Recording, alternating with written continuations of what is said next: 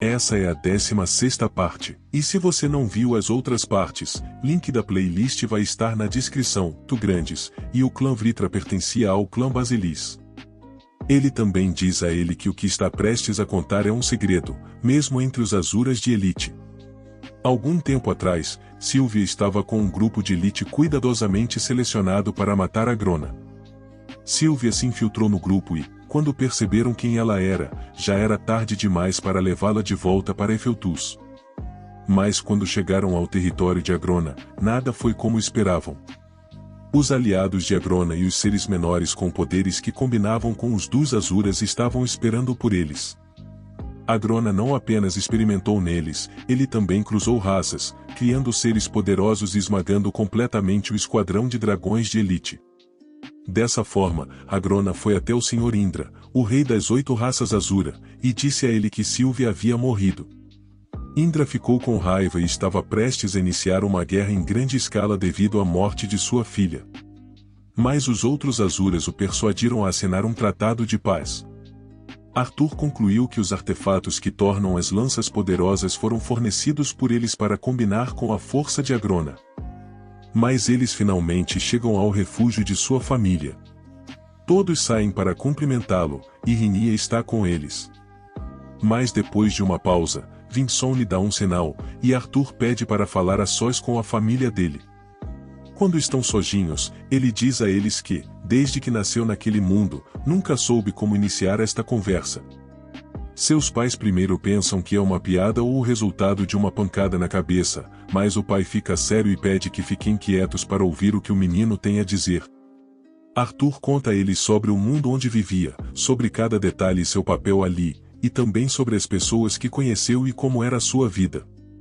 Durante todo esse tempo, seus pais não dizem uma única palavra, mas com o passar do tempo, seu pai começa a interrompê-lo para fazer perguntas curtas, mas seu rosto não mostra nenhuma emoção.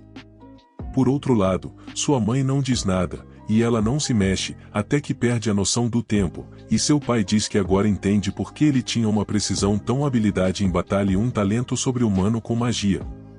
Arthur diz a ele que em seu mundo ele usava algo chamado Oki, que em essência é muito semelhante à humana, e que sua habilidade de batalha se deve a como ele treinou quase toda a sua vida. Mas nesse instante, sua mãe começa a rir. Seu rosto mostra medo, descrença e, acima de tudo, ela tenta se convencer de que tudo é uma brincadeira muito elaborada da parte dele, e que ele não deveria fazer algo assim. Arthur diz a ela que nada do que ele disse é mentira, e ela começa a ficar histérica, então ele decide deixá-los sozinhos. Depois de um tempo, seu pai sai e ele pede para falar a sós com ele. Depois de se afastarem um pouco, ele diz a ele que sua história o deixou chocado e que ele sabe que não tem motivos para mentir para eles. Arthur pergunta se ele está bem, mas o pai reage agitado. Ele diz que não sabe como tratá-lo. Arthur, Rei Grey, tudo é confuso. O que ele acabou de dizer não é algo que se possa aceitar em um momento. Ele era originalmente um rei mais velho que ele, e talvez os momentos que eles passaram juntos não fossem reais, e ele estava apenas tentando agir como eles queriam. Especialmente com sua mãe, ela nunca soube que criou um homem adulto no corpo de um bebê como se fosse seu próprio filho. E ele atinge uma parte da caverna, dizendo que não sabe se é seu filho, pois talvez tenha matado o bebê no ventre de sua mãe para ocupar seu lugar. Reynolds, percebendo o que ele disse, pede desculpas a ele. Mas Arthur diz a ele que não sabe como funciona a reencarnação, e que muito provavelmente foi assim. Ele nunca teve tempo de contar, mas agora que está saindo para treinar há anos, achou que seria o melhor momento, já que vão ficar separados. Mas agora ele se arrepende de ter feito isso. Ele diz a ele que nunca teve uma família em sua vida anterior. Ele se tornou uma pessoa poderosa que ninguém poderia igualar, mas sua personalidade nunca foi boa. Mas depois de chegar a este mundo, ele aprendeu coisas que não sabia. Talvez ele não seja o mago mais poderoso, mas é uma pessoa melhor do que em seu passado. Ele agradece por terem cuidado dele todo esse tempo e também por tê-lo amado como seu próprio filho. Ele se despede de Rinnia, mas ela diz para ele não voltar a ser quem era. Vinson aciona um portal com seu sangue, mas antes de sair, Arthur pergunta como ele está olhando, e ele diz a ele que sua expressão o lembra dos guerreiros de Efeltus. Eles eliminam seus sentimentos para serem os mais eficientes na batalha. Eles são transportados para a terra dos Azuras. Os dois caminham sobre uma ponte que reflete o céu. Ao lado deles, há uma fileira de cerejeiras, árvores, até chegarem às portas de um castelo. Ao lado, há uma estátua de 2 dragões, e uma ainda maior no topo. Suas asas cobrem quase todo o castelo. Ao entrar, 2 guardas com cicatrizes de ouro em seus rostos olham para Arthur com desprezo, e eles perguntam se está tudo bem que ele esteja carregando a princesa Sylvia assim. Vinson diz a um deles que não há problemas, e eles entram juntos em um grande salão.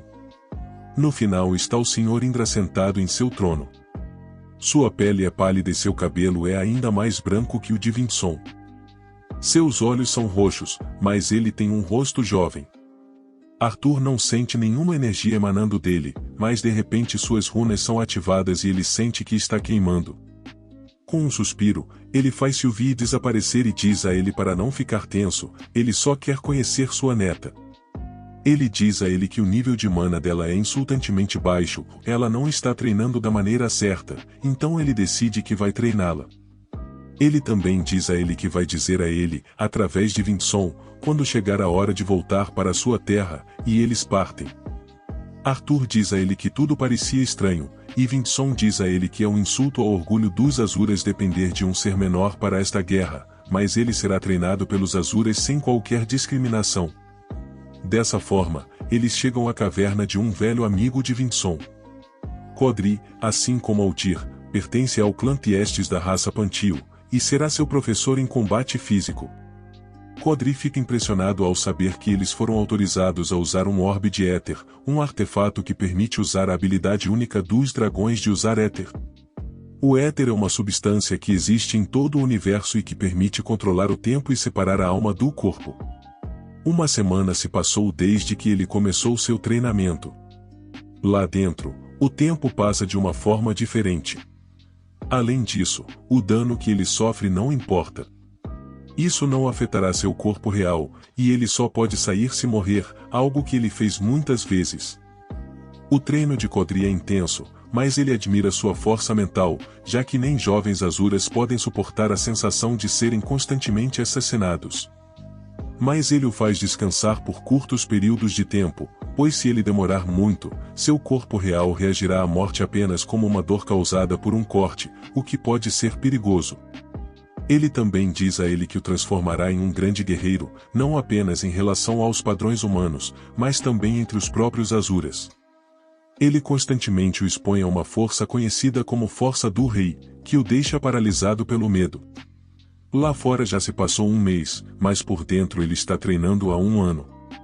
Ele diz a ele que suas habilidades são excelentes, mas estão focadas no combate 1 contra 1. É possível que na guerra ele tenha que enfrentar os híbridos em grupos, devendo controlar suas reservas de mana e usar a quantidade certa para cada jogada.